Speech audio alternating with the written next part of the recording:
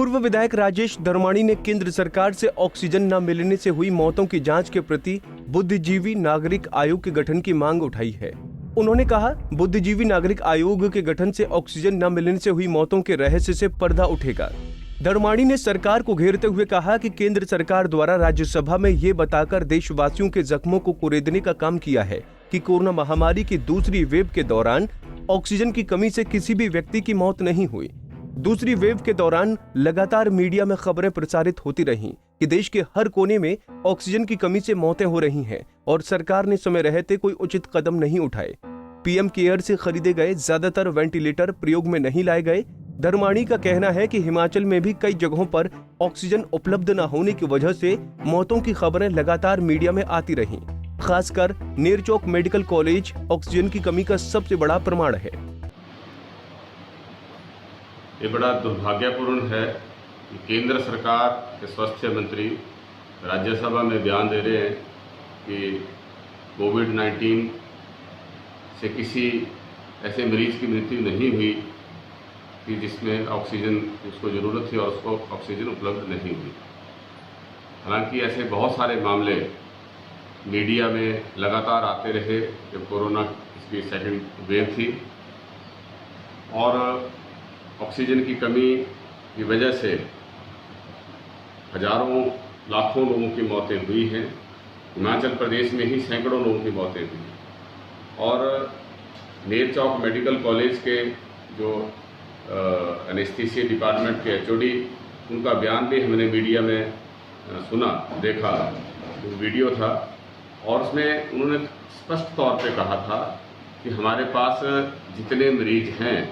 उतनी क्षमता का हमारे पास ऑक्सीजन प्लांट नहीं है। हमारी ऑक्सीजन की ज़रूरत 3000 लीटर पर मिनट से लेकर 4000 लीटर पर मिनट की है, जबकि हमारे पास जो मैक्सिमम उसकी ऑक्सीजन जो मैनीफोल्ड है उसकी ऑक्सीजन तैयार करने की जो क्षमता है वो 1500 लीटर पर मिनट है और इमरजेंसी के दौरान हम उसको थोड़ा सा उसको एक्सटेंड कर सकते हैं 1000 लीटर पर मिनट। और तो मैं समझता हूँ कि इस तरह की बहुत सारी जानकारियाँ लोग उपलब्ध कराएंगे जो मरीज हैं, जो इसका शिकार हो गए दुर्भाग्यपूर्ण, वो उनके परिवार के लोग या जो उनके साथ उनके देखभाल करने के लिए जो साथ में भी कई लोग जो थे वो कोविड केयर सेंटर के अंदर थे, उन्होंने भी ऐसे कई दृश्य अपनी आंखों से देखे और उन्होंने उसका हम लोगों के साथ भी जिक्र किया। तो ऐसे बहुत सारे मामले ध्यान में आएंगे, लेकिन गंभीर विषय ये है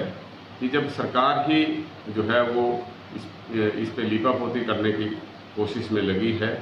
और जो एक बहुत दुर्भाग्यपूर्ण स्थिति से हमारा देश गुजरा, जिसमें हजारों लाखों लोगों की मौतें हुई, सरकार संवेदनशील होने की बजाय सरकार जो है वो इस तरह से आंकड़े पेश कर रही है कि जैसा कुछ हुआ ही नहीं। ये बहुत ही दुर्भाग्यपूर्ण है और आज हम सरकार से भी मांग नहीं कर सकते कि आप इसकी जांच कराएं, क्योंकि सरकार की कोई ऐसी संस्था बाकी नहीं रह गई है जिसमें स्पष्ट तौर पे राजनीतिक हस्तक्षेप के कारण उसकी जो एक स्वतंत्रता थी, जो एक ऑटोनॉमी थी, उसके ऊपर जो है चार चांद, जिसके ऊपर जो है वो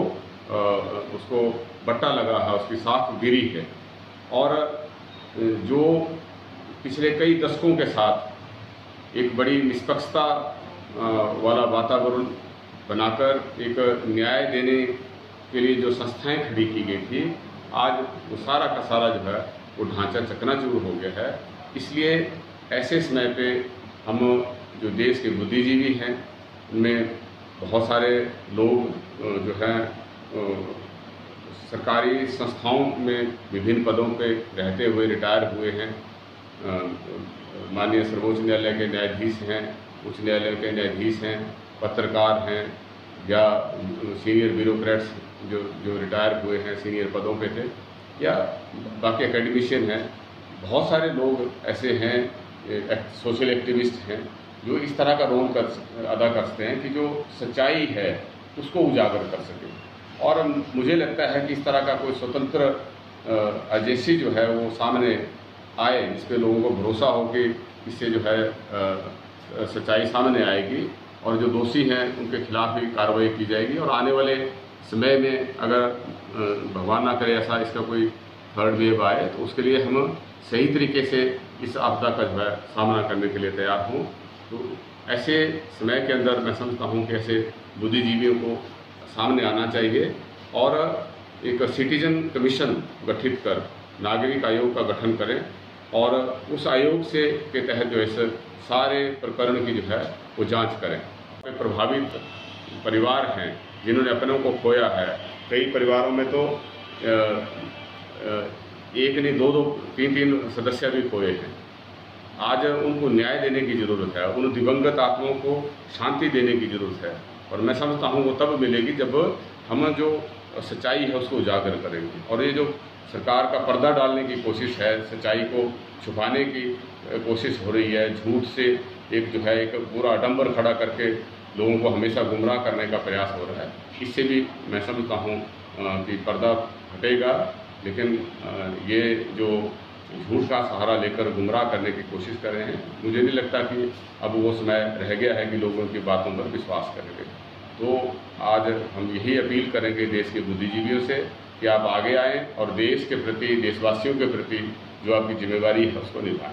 धन्यवाद। पंजाब केसरी टीवी के लिए बिलासपुर से मुकेश गौतम की रिपोर्ट। हमसे जुड़े रहने के लिए हमारे YouTube चैनल को सब्सक्राइब करें और नई वीडियो की नोटिफिकेशन के लिए बेल आइकॉन को दबाएं। अगर आप ये वीडियो Facebook पर देख रहे हैं तो लाइक जरूर करें और ज्यादा से ज्यादा शेयर करें। इसी तरह के और भी अपडेट्स के लिए फॉलो करें हमारा Instagram पेज himachal.kesri।